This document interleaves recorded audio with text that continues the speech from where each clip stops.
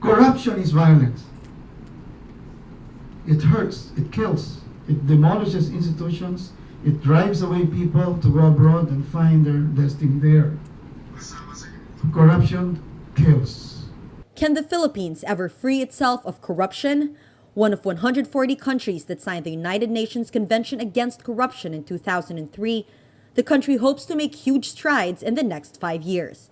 The UNCAC is the first international anti-corruption agreement that is legally binding.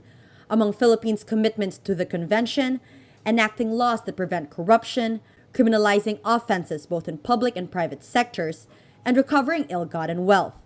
To achieve this, leaders from the government and the private sector work together to develop a 5-year action agenda.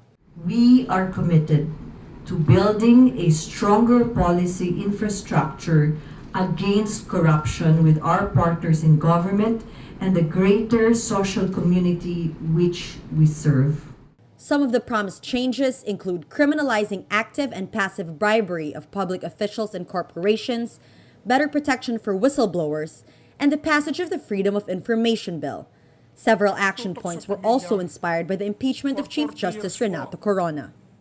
You know, it has been a sad thing for us to be waiting for results of administrative proceedings without first filing criminal cases. Stakeholders agreed to implement the disclosure of statements of assets, liabilities, and net worth of government officials, and to make amendments in bank secrecy laws that will allow the Ombudsman to look into all deposits in banks inside and outside the country.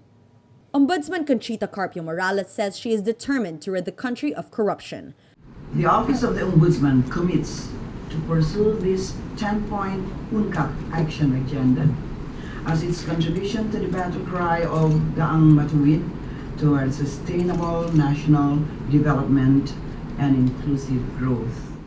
Representatives from the judiciary, legislative, executive, private sectors, media, and civil societies also signed the action agenda to commit to its cause.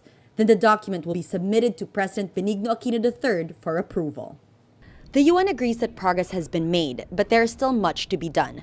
Most proposals are legislative, but advocates insist that while laws are being reviewed, citizens can do their part by keeping an eye out on government branches and making sure that they keep their promises to fight corruption. Natashya Gutierrez, Rappler, Manila.